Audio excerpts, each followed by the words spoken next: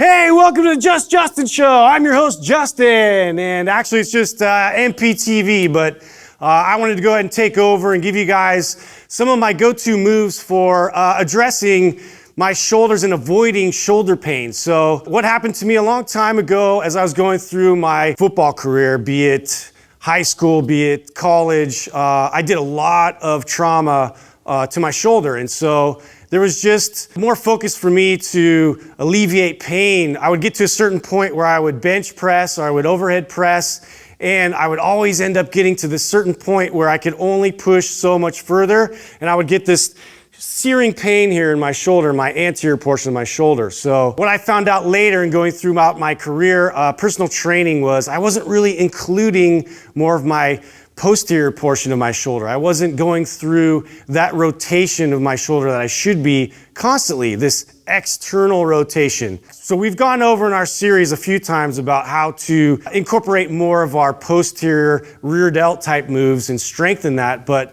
I want to get into more of the actual external rotation portion, which I feel a lot of people neglect. And so what I want to do is kind of take you through what we do have in our Prime Pro and our Prime MAPS programs. And you're also going to find this too it was inspired from people like Dr. Spina and Dr. Justin Brink, who contributed to our MAPS Prime and MAPS Prime Pro programs. So we're going to take a few of these moves and I'm going to show you over here how we can include external rotation in your workouts, priming your workouts ahead of time, and also just repeating this throughout the day to make sure you get that communication established, you get the repetitions there to get you better and supported. Okay, the first exercise that I'm going to get into is our wall circles. Now, I want to do this in a kneeling position first because I want to maintain control of my body. The point of all these exercises I'm going to show you is the intent. So we have to really make sure that what we're doing is trying to figure out where I am in relation to space with my arm, with my hips, holding and maintaining position, keeping a nice tight core to support my spine. There's a lot of checkpoints to establish first. So you're gonna notice I'm gonna kind of go through a few of these cues as we get into it, but make sure that everything is slow and everything is built around the intent of the exercise. So I have here a foam roller, which is pretty gnarly looking foam roller, but this is the best that we had. So I'm using this to provide tangible feedback to see if my hips start to pull away from the wall. So by me putting this into the wall, I'm gonna be able to lean into the wall of my hips and see when I lose contact with that. So as I get into this exercise, we'll place this here into the wall. I'm gonna kind of adjust myself towards it here where I kneel and bring my foot out in front. I'm gonna be up on my back toe, and then I'm gonna smash myself into the wall here against the foam roll with the back of my hand against the wall. So naturally there's gonna be this gap created that way, which will allow for your shoulder to rotate with a little less intensity. So the further away from the wall, the easier it is.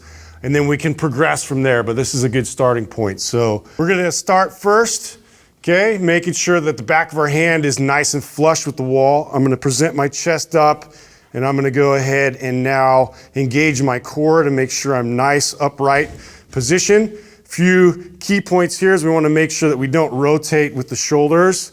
We wanna let this arm just go through the full range of motion on its own.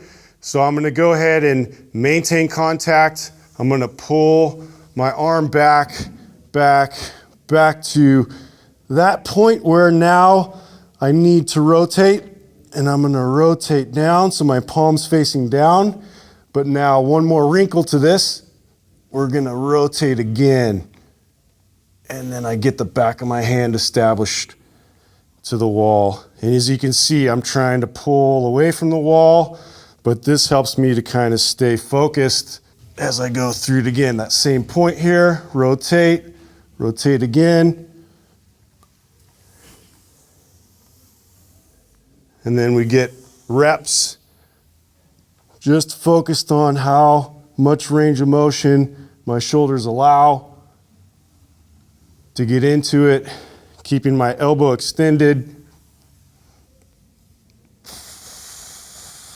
Breathing my way through. And nice and slow with lots of intent, trying to make sure all contact points are established. Okay, so that leads me to our second exercise now. This is the wall angels. So what we want with this exercise is to maintain contact again, but now with our lower back being the emphasis. So I want to make sure that I activate my deep core, my TVA. I'm drawing and pulling in with my abs in order to get my lower back to stay flush into the wall. And another thing you're going to want to pay attention to is rib flare. So the ribs wanting to come upward and out in order to compensate in this movement as well. A couple things too, we're going to try and keep our elbows to maintain contact, the back of our wrists to maintain contact with our fingers as well. So all these things we want to make sure and really slow down so we can maintain and feel our way through this exercise and provide tension in that exercise, which is the communication you're going to establish to get better control over your entire shoulder girdle. So one thing that we can do to sort of regress this exercise a little bit is to step away from the wall about a foot's length. So I'm going to step out about here. And now I have this dowel in my hand. This is going to go ahead and provide another tangible way to be able to feel when I lose contact with my lower back. So I'm going to place this in my lower back, and my emphasis is going to be to smash it into the wall. So I'm going to place this in my lower back. I'm going to get my butt against the wall. Now, to maintain contact, I'm going to want to squeeze and pull my abs in as tight as I can. My arms are going to start about here with my shoulders fully retracted. So as I retract my shoulders, already my back wants to arch, and you can see this sort of roll down. So now being able to adjust the hips, so now I'm engaged and I'm pulling with my abs. Now the other key point here is the nodule on the back of my head. So right back here, you're gonna feel sort of a knob in the back of your head. And that's the focus, that's the part of your head that we want to have maintain contact, because otherwise you're going to get into position where I'm looking down, my head's wanting to pull off, I'm going to want to look up, and now my neck and my chin is in a bad position, so I want to pull in almost like a double chin, where I'm getting that nice, beautiful looking double chin smashing into the wall. Okay, so you have all that established. Here we go. Back, checkpoints, drawing it in, smashing the back of my arms, elbows, back of the hands, nodule of the head. Maintain control. I'm not going to be able to talk here. A lot going on.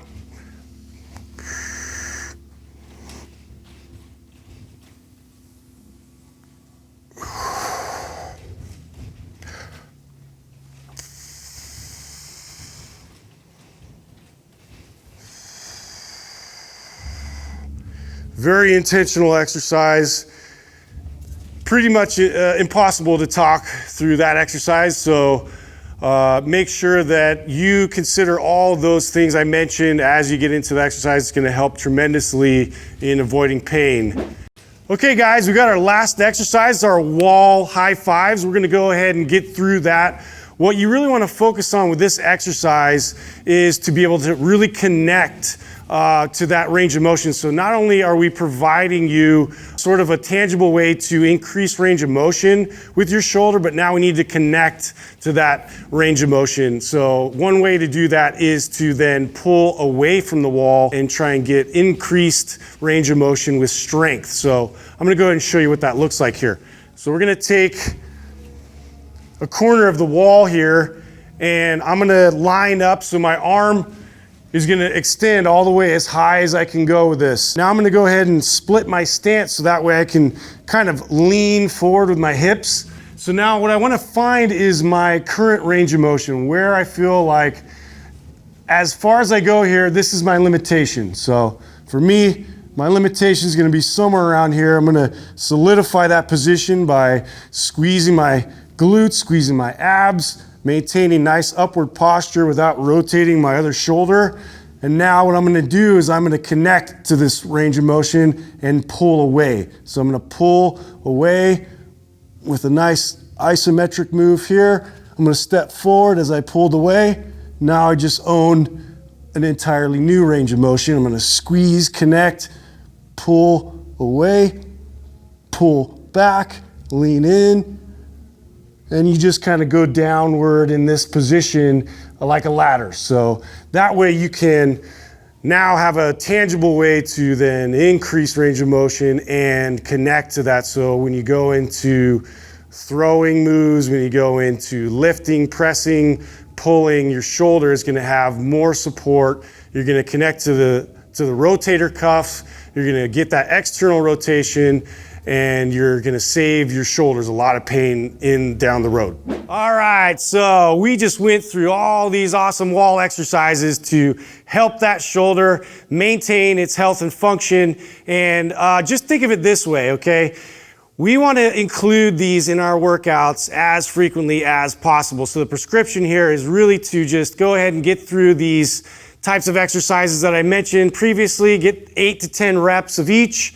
One set, we're gonna get like 5-10 minutes out of all 3 of those exercises. And then we're gonna try and repeat this throughout the day when you get a chance, at home, at the office, at your school, whatever you're doing. This is something that we're just gonna frequently apply, so that way we're just gonna gain that control over our shoulder, and we're gonna go ahead and reinforce this stabilization there in the shoulder. So if you like what you're hearing, if this is something that you know could help friend, family, make sure you go ahead and share, like, comment on this video, and give me feedback and let me know if you want to see more.